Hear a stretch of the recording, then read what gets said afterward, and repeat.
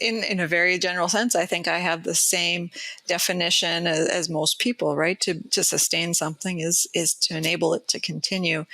But I don't think that necessarily means staying at status quo. I think it means adapting our systems, adapting our actions and such, so that we adapt to this changing environment and we can keep going with doing what it is that we want to do.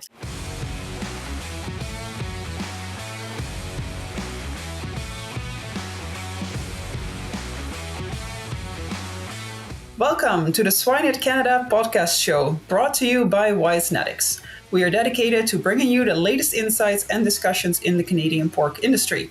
So my name is Miranda Smith, and I'll be the host for today's episode. And today's guest is Dr. Erin Cortus, who is an associate professor and an extension engineer at the University of Minnesota. So welcome to the show, Erin. Thanks for having me. Yeah, so today we're going to talk a little bit about sustainability metrics and actions. But before we get started on that, can you first give us a little bit of an introduction to your background and what you're currently doing? Well, I was born and raised in Saskatchewan and had my first exposure to the swine industry when I was in university, and I happened to be the only one that applied for an intern or a summer internship with the Prairie Swine Center. So I got the job and was able to, or that summer I was immediately exposed to air quality experiments, looking at the air quality within barns, and then some different mitigation opportunities or techniques to try to reduce some of those odors, some of those gases within the barn and their effect on the animals. So I had come from a bit of an ag background, and I knew I wanted to work in ag, but exposure to the livestock industry was pretty new. But I think it was the third day when I was working on these experiments that I recognized that as an ag engineer, I could make a difference in the barn, on the environment for these animals, on the environment for the workers, and then ultimately what leaves the barn and goes into the neighboring community and environment. And so after my undergrad in agricultural and bioresource engineering, I continued on and studied with Stefan LeMay and Ernie Barber and did a PhD ultimately looking at ammonia production in swine barns. From there, went on and did a postdoc at Purdue University, and then worked for several years at South Dakota State University, and now I've been at University of Minnesota for 8 years. So I'm just slowly making my way around different places. But through it all, it's really been a focus on those livestock environments and how we just how we make it better for everybody. So, as I mentioned, today we're going to talk about sustainability. Now, of course, sustainability can mean a lot of different things to a lot of different people. So, can we first start by maybe talking about what does sustainability mean to you? Right. In a very general sense, I think I have the same definition as most people, right? To sustain something is to enable it to continue. But I don't think that necessarily means staying at status quo. I think it means adapting our systems, adapting our actions and such, so that we adapt to this changing environment and we can keep going with doing what it is that we want to do. So as a very basic definition with sustain, but whenever it comes to my role as an extension engineer and helping others look at sustainability goals, it really comes down to what their goals are and how they see what they need to do in order to sustain their operation, their livelihoods. So I look at sustainability as more so a journey versus an exact definition of what it is. But what is this journey for continuous improvement so that we can keep doing what it is that we want to keep doing? So, of course, sustainability can focus on different things. So, there's economic sustainability, there's the welfare, social justice, all these kinds of things, or social license, I mean. But then it sounds like because you're an engineer, I imagine you probably look more into the environmental sustainability of things. Is that correct? Yeah, that's correct. That's where my passion lies and where I tend to focus. But I think that's the kind of the crux of it, is that we have to keep in mind that there are these other elements to an operation, to a business, to a family that we can't solely focus on the environment. And so while I can help people understand some of the environmental metrics and environmental sustainability metrics and what to do, we can't ignore that it costs money, or that it could actually maybe even bring some benefits, or that or the people aspect to it too, who's going to have to do the work, or who could benefit from it negatively or positively. So while there are these three general elements to sustainability, environment, ethics, and economics, in my opinion, everybody still has some priorities within those three buckets, and that's going to shape how we act and how we discuss. And when we can merge those priorities and get work towards a clearer picture, I think that's when we all succeed.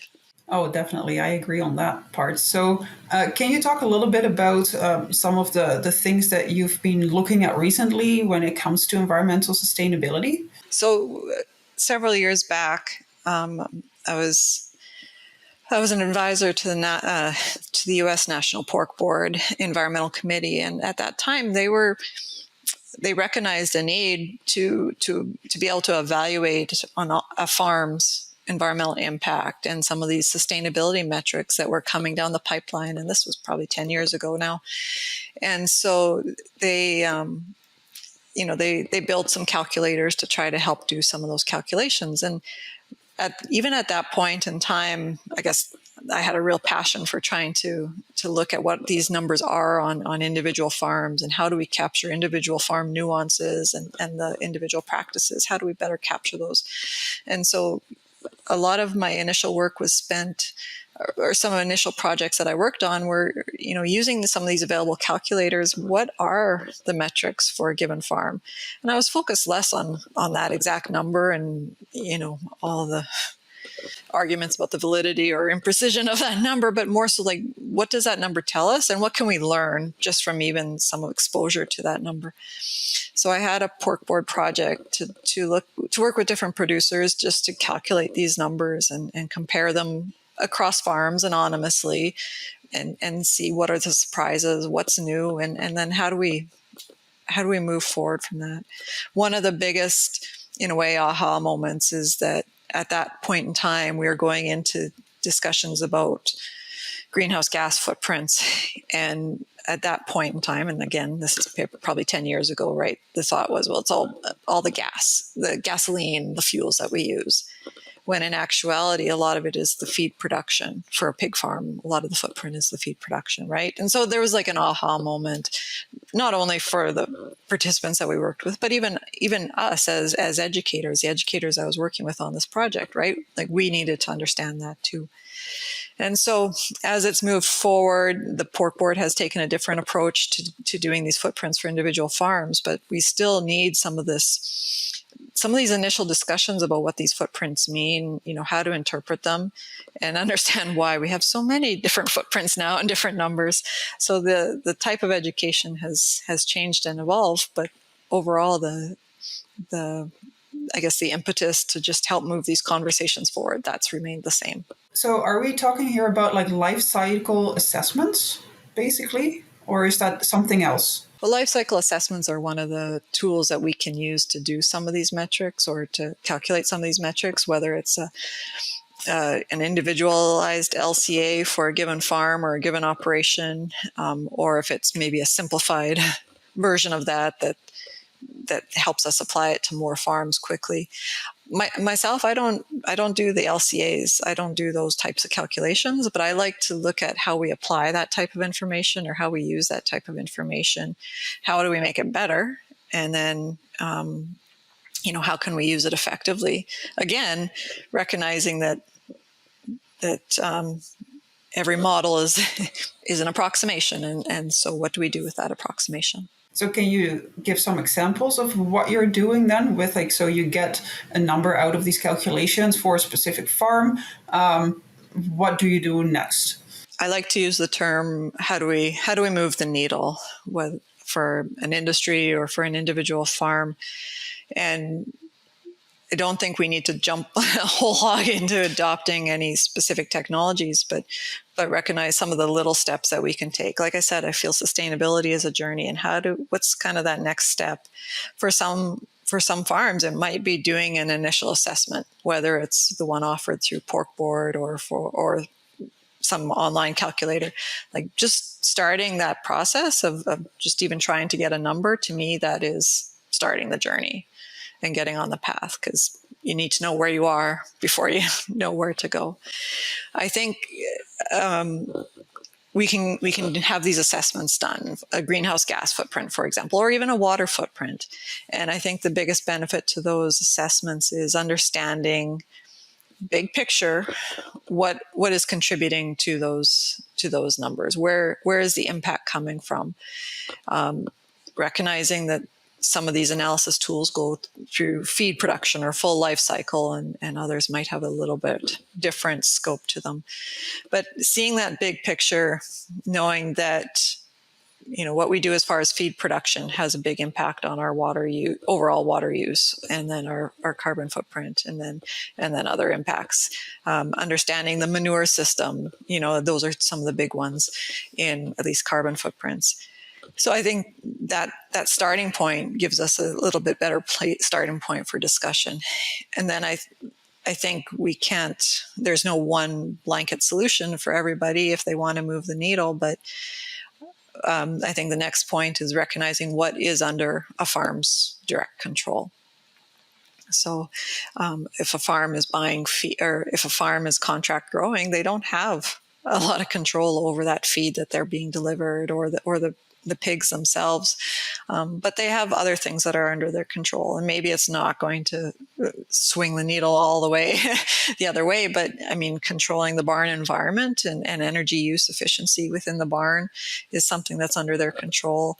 There's manure management, and where and how that manure management can fit in depends on the assessment too, but looking at ways to change those footprints with what's under our control. But I do encourage people to look a little bit beyond that to being involved in your local community when it comes to discussions about energy sources, right? Different energy cooperatives are looking at different amounts of solar or different amounts of renewable energies, and being part of those discussions. Well, we never know exactly where all of our electricity is coming from at any one moment. What's in our grid will ultimately impact some of the numbers that are attributed to our individual farms. So I think there's a lot of different ways to get started in the conversations. So would you then, for example, recommend producers to look into solar power on their own farms, for example? Potentially. I don't get too far into the individual conversations yet at this point, but I think that's one option. I think it's important to recognize is that what's the impact of that action on the metrics that are important to you. If the greenhouse gas footprint is of major importance to someone, the solar panels might change that footprint a little bit, but it's actually probably going to have a bigger impact on your energy bill, right? And so from a farm perspective, where's that priority? And does it pay off, and does it make sense for that farm? So unfortunately, there's no blanket recommendations, but I think that's what some of these initial assessments help open up the conversation to is what kind of impact can be seen, and what can we measure or estimate the impact of, and what other metrics are important as well, like our cost of electricity or other aspects that maybe aren't captured in the calculators. And so when it comes to, for example, methane, do you have any recommendations there? Because obviously that's one of the bigger issues when it comes to gases. So any thoughts on that? Yeah, methane is a tough one. We have different storage systems for manure across the US, across Canada, and a lot of it is climate driven and a lot of it is policy driven, frankly. So I think we have some basic estimates as to how much methane is coming off of manure, but I don't know that we have great ways to really fine tune those measurements or those estimates by farm. So I guess that's where I've been focusing a lot of my research as of late is can we make more farm specific estimates of that methane coming off of our stored manure, whether it's in a deep pit system under the slatted floor. Well, that's where I'm focusing because that's what the systems are around me. But can we also make these estimates better for outdoor storages or different types of storages in different climates? I'll be upfront that these methods are messy and the accuracy is probably pretty big, but do they help us narrow it down a little bit? That's my hope. So then past that, I think, especially if we can have some more of these techniques to get some more farm specific estimates, then we're in a better place to even evaluate some of the ready to use solutions like additives and such. Can we, on a given farm, we know additive effects are different, but on our farm, can we measure an effect and make it useful to us? So those are some of the ways. I mean, there are, of course, there's digestion and other systems that are available for methane, maybe let's say conversion to something else. But I'm trying to focus right now, at least on the research stage, on ways to just simply get some better on-farm measurements. And I was just thinking, as you were mentioning earlier, that a big part of the footprint comes from the feed. Of course, like I have a background in alternative ingredient feeding, and so that kind of sparked my interest. But I know that some of the alternative ingredients, like for example, like we talk about faba bean, like they have lower inputs, less need for fertilizers, so it probably decreases the footprint. But like there's other ingredients that actually have a high amount of fiber. So now you're increasing the amount of manure. So on the one hand, you're reducing your right, like the footprint of the feed, but then now you're increasing the amount of manure. So it's a bit of a balancing act, it seems. And that's one of the hardest, or one of the greatest challenges, in my opinion, is that we don't have wonderful systems that really encompass that circularity within our systems. And in actuality, how many of our systems are true circles given ownership, between barns and land? It's complicated, but we do lack some easy to use tools for really making that assessment. Even with, let's say, more of a typical production system where you have a swine barn and then you have a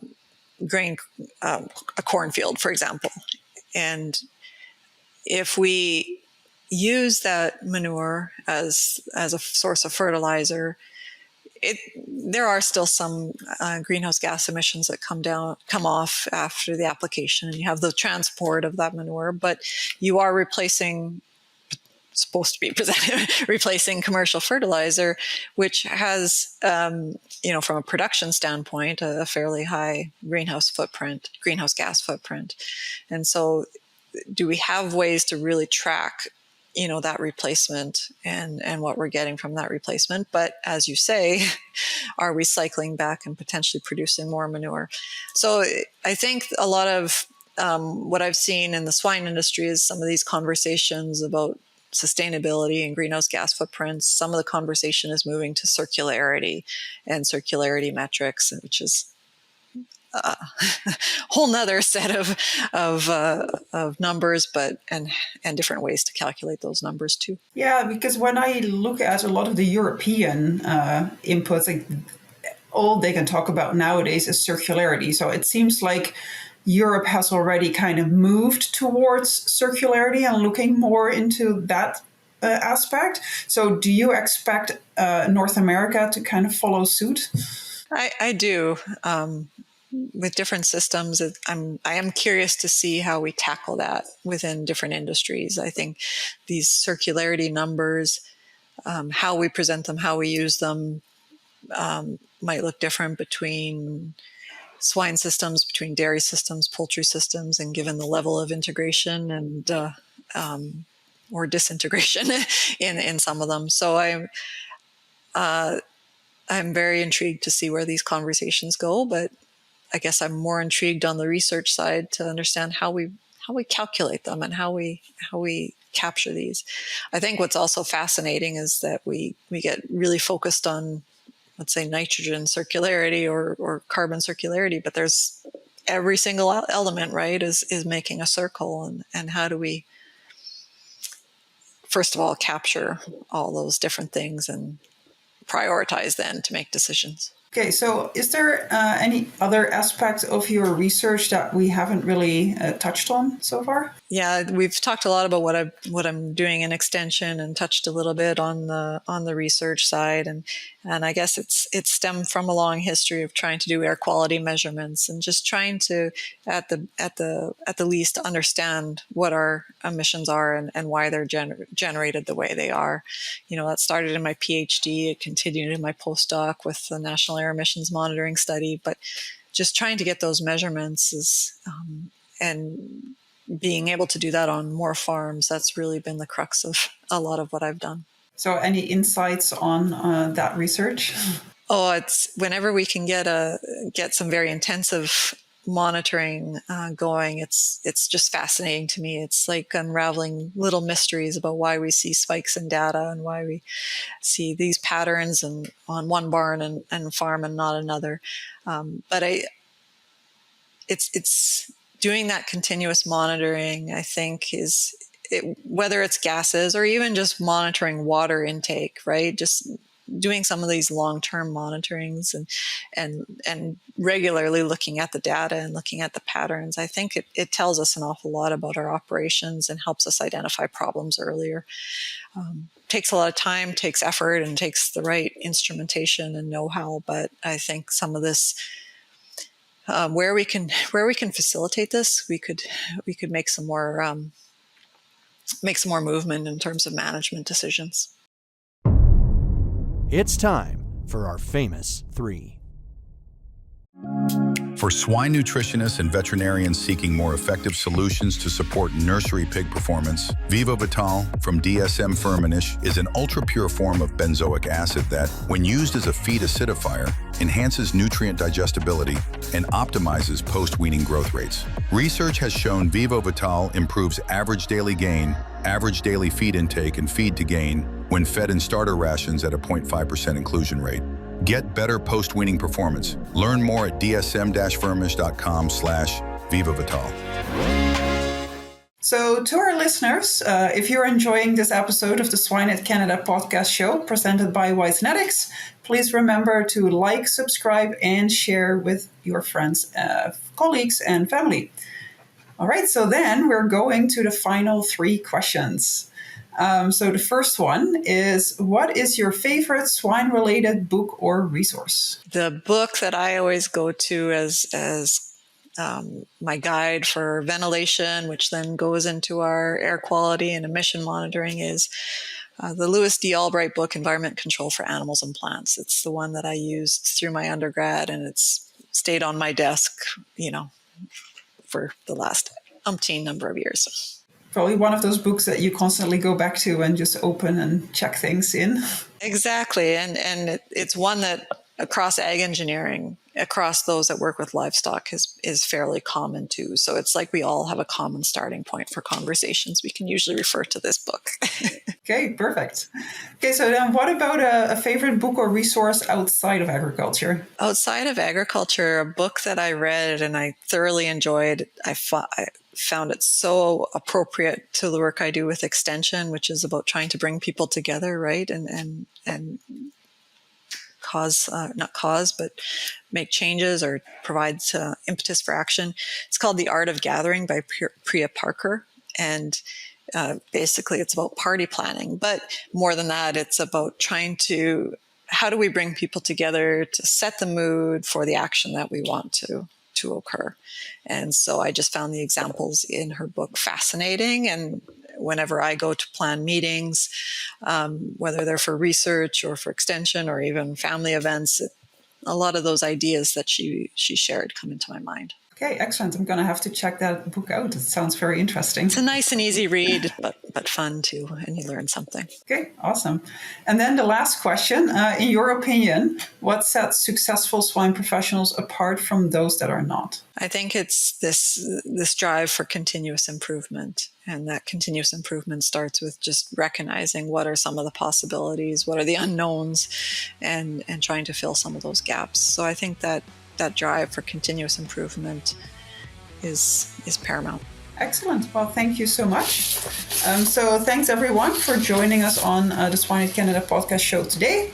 So that concludes another episode. So this is Miranda Smith from the Swine Canada podcast show signing off. Until next time.